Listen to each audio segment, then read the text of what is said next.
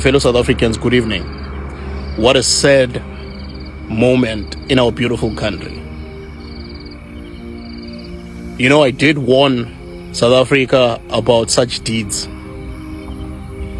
I warned you about anti-foreigner group Operation Dudula. I don't know if they're still an anti-foreigner group or they've upgraded into a political party now, because you don't know whether they're coming or going. They change overnight. And I told you that this minority group will only benefit a selected few like Zandile. She's going into parliament very soon, trust me. All she wants is power. She wants the blue lights, and she wants to be a member of parliament by all means necessary. Whatever the cost is, she's willing to pay. Whether it's in the blood of her own people, she's willing to pay that price. Right now, they are mistaking our own fellow brothers from Egean for being foreigners. They're denying them access into public facilities like clinics. I did warn South Africa about this. I said, when they're done with foreigners, they are coming for dark-skinned people like us who have a strong physique. We are the next Zimbabweans, Nigerians, Kenyans, Namibians. A tribal war, whether we like it or not, it's coming to South Africa, which has the potential of even sparking a civil war. We are asking as South Africans for the dark days that our grandparents fought against. Uzodinga ipasi ukungena eKZN one day. Uzodinga ipasi ukungena eNorthern Cape one day. Uzodinga ipasi ukungena eWestern Cape, Eastern Cape, just to name a few. That is what we are asking for. And a part of me, yes, I do love my country and I'm prepared to die or live for my country. But sometimes I feel like so we can learn the hard way.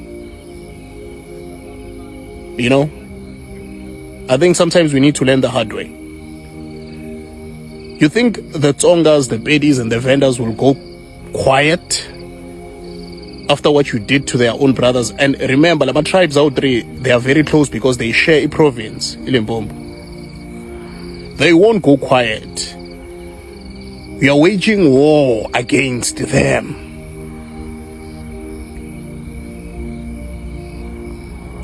This is sickening. You know, as South Africans, I feel like we are hypnotized. This divide and conquer strategy is still benefiting the minority until today. We should be going after the real issues: means of production, economic freedom, manufacturing, and the land.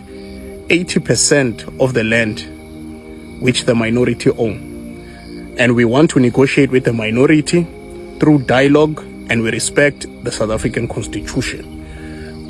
We are not inciting violence like anti-foreigner group Operation Dudula. We want to negotiate through dialogue because we are matured, we are business people. And gone are the days where the minority used to hide information in a book. We can read now.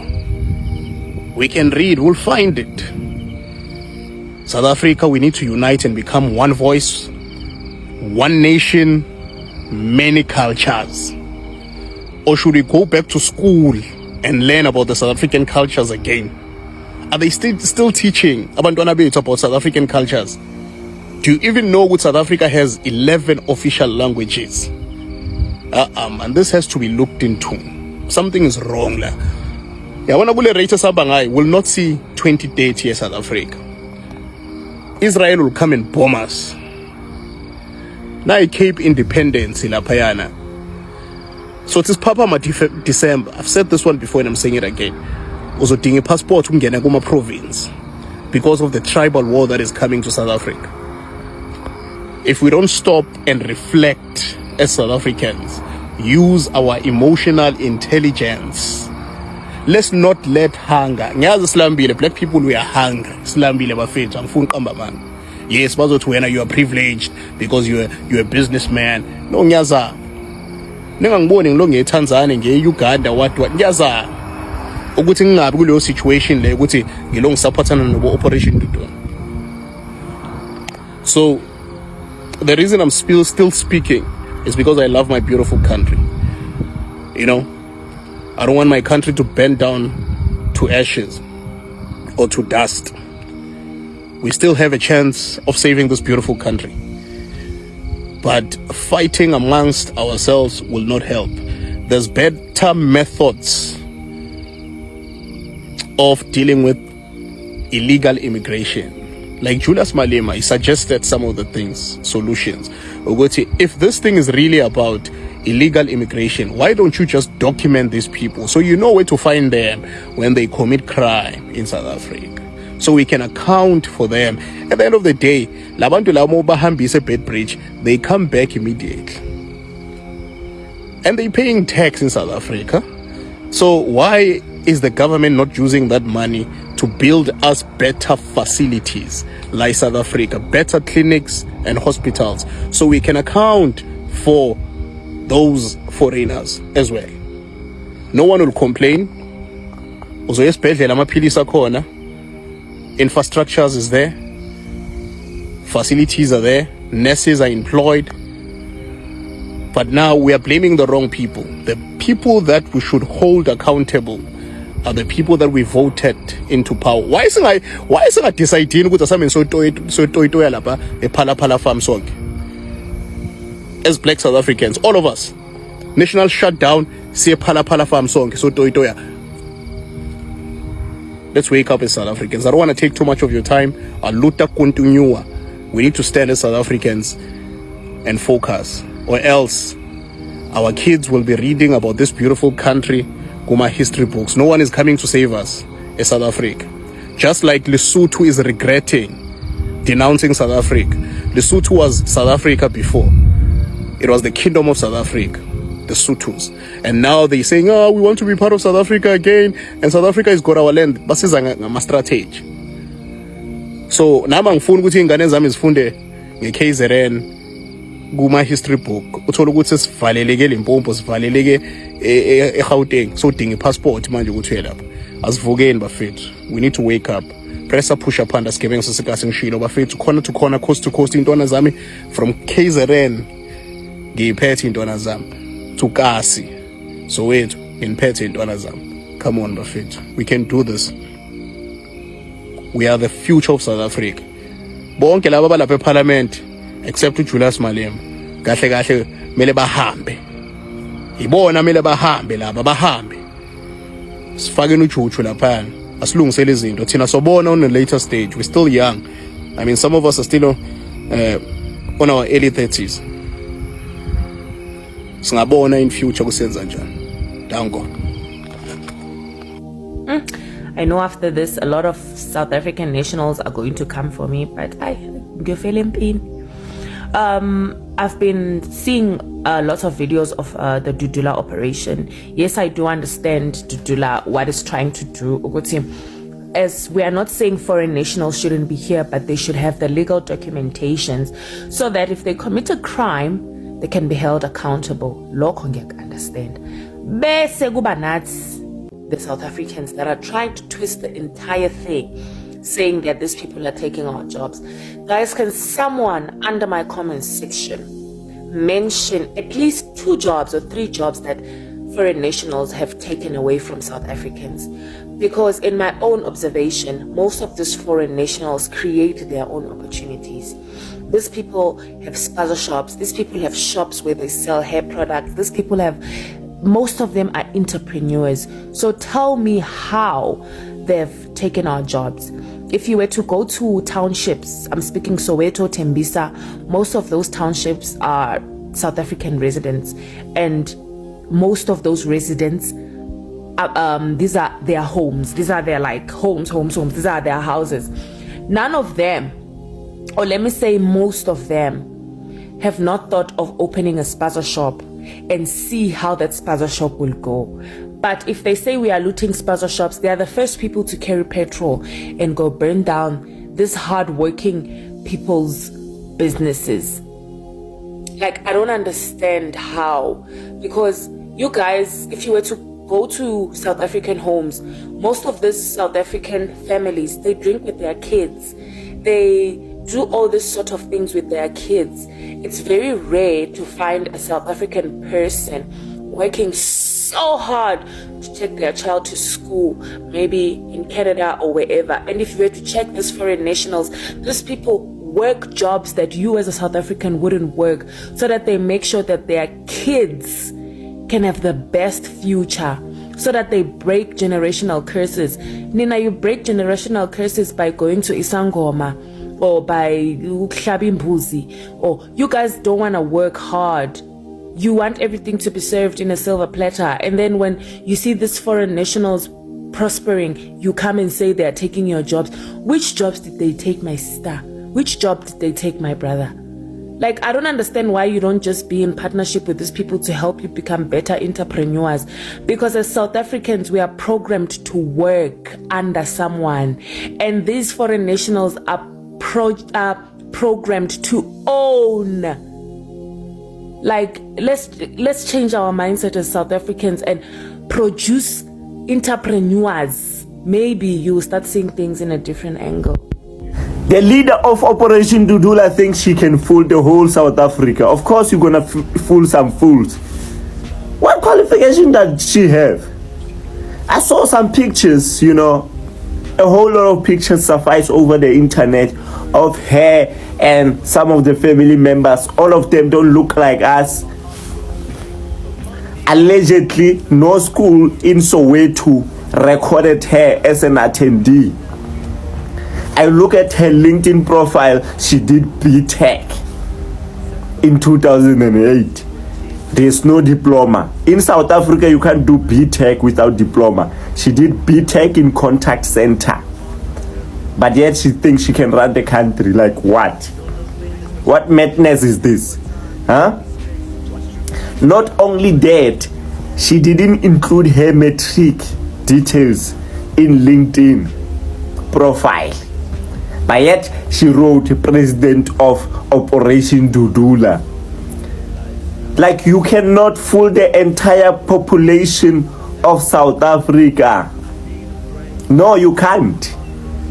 Somehow, somewhere you're gonna be caught. It's only a matter of time.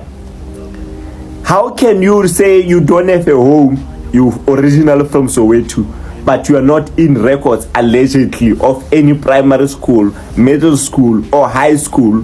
How can you start an entire LinkedIn profile where you are not indicating where you did your diploma? You only did your BTech in 2008. How can you do a BTech in South Africa without diploma? And we don't know if that college really exists or is just a fly-by-night. But anyway, I'm telling you for free, there is no way you won't get caught if you are lying about your nationality. Ask Chidima. Ask all the chance takers. No wonder you are spreading hate, because I don't know South Africans like that. But anyway, the truth will come. And we can draw historical context on this. There was a lady who roamed around the England back in 17th century. She started dancing exotic dance. After that, she thought, okay, now that I'm done with the exotic, she was not showing her face. She went to the politics. She wanted to overthrow the monarch. She got caught that she was not even from there. She was from United States. She got overthrown so bad. She was deported. And the community wanted to kill this person. Now, when I look at this lady, I remember those stories.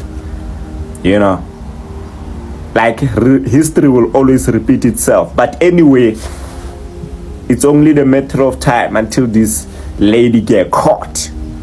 So, my sister right here has successfully opened her own political party. Congratulations to her, and I know her supporters are very happy. But do you know who else is happy? The white people. Do you know why? They are watching us. When it come election day, we as in black people are going to be splitting our votes. EFF, ANC, PA, Action SA, Dudula. Meanwhile, they are going to be voting for just one political party. And do you know what does that mean? They are this close to ruling again. Because Palatina, our votes are going to be scattered. I need voting for the people that says foreigners must go, voting for the people that says, what are you guys doing? Nje. But Bona, they are just sticking to one.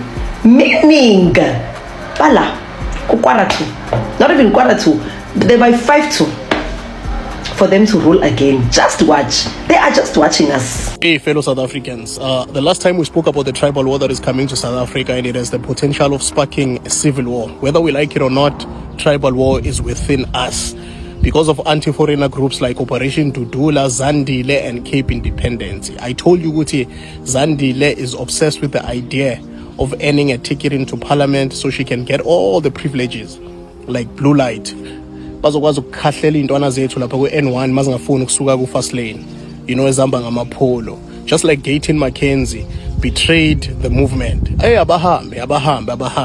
But now Gayton Mackenzie, all of a sudden, his mom, he's not saying anything, he's enjoying parliament. So we don't want to be the next Rwanda here in South Africa. So we can prevent this tribal war from taking place. We don't want tribal war in South Africa. We have learned from the Congo mistakes. We have learned from Rwanda mistakes. We don't want tribal war in South Africa. We don't. But if we have to defend our families and everything that we love, we will do so without hesitation. Don't be mistaken. Because South Africans, we've got the skin, we've got the heart, and we are determined to fight until the end. So, as I was still saying, there's an option. There's an option of preventing this from happening. And here's the options. We need to start by teaching each other about the South African cultures and languages. So that is why I decided to put this here. Last time I said there was 11 official languages. I made a mistake and I'm sorry. People sent me inboxes and I'm correct, but there's actually 12, including the sign language community. So I apologize for the mistake to the sign language community. But here's an update now. There's 12 official languages in South Africa. One nation, many cultures. We are the rainbow nation and we are proud. So the moral of my story is this. How can we do this? How can we make this happen? The education system in South Africa has failed us dismally. So we need to take it upon ourselves and educate each other about South African cultures and languages. I remember I was born in Giyani, grew up in Soweto, started working in KZN. At Durban, Mhlanga Rocks, call center environment, and I met some Zulus who were very wise. So you can't say it was a lack of education, but they didn't know Guti Giyani Begep. They didn't know anything about the Tsonga people. So I had to show them Gumep, here's Giyani, and so you can't blame those guys. So it's the system that has failed us. They don't think Guti there's life beyond KwaZulu Natal.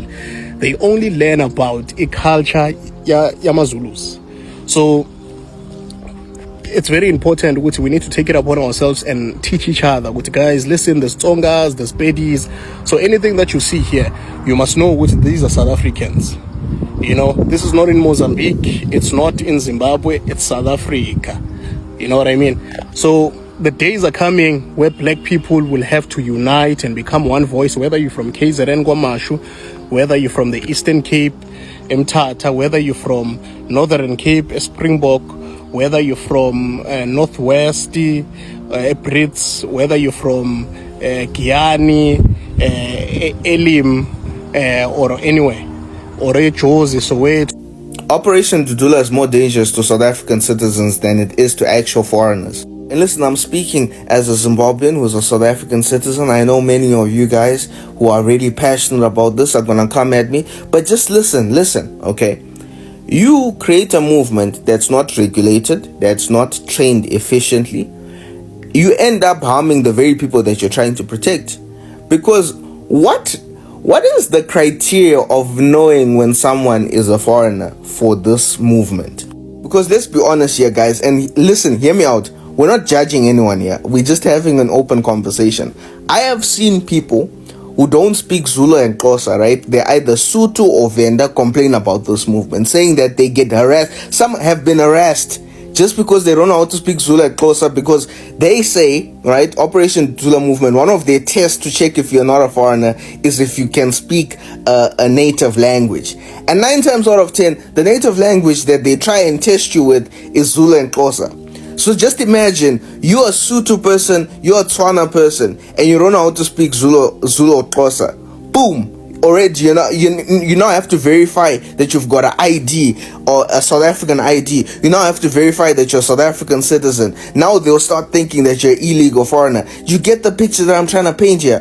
The worst is for people that look foreign. You've got Operation Dudula looking for people that look Nigerian or look Zimbabwean. I don't know what that means, but they search for those people. And some people look the way they look, not because of their nationality. It's just the way that they look.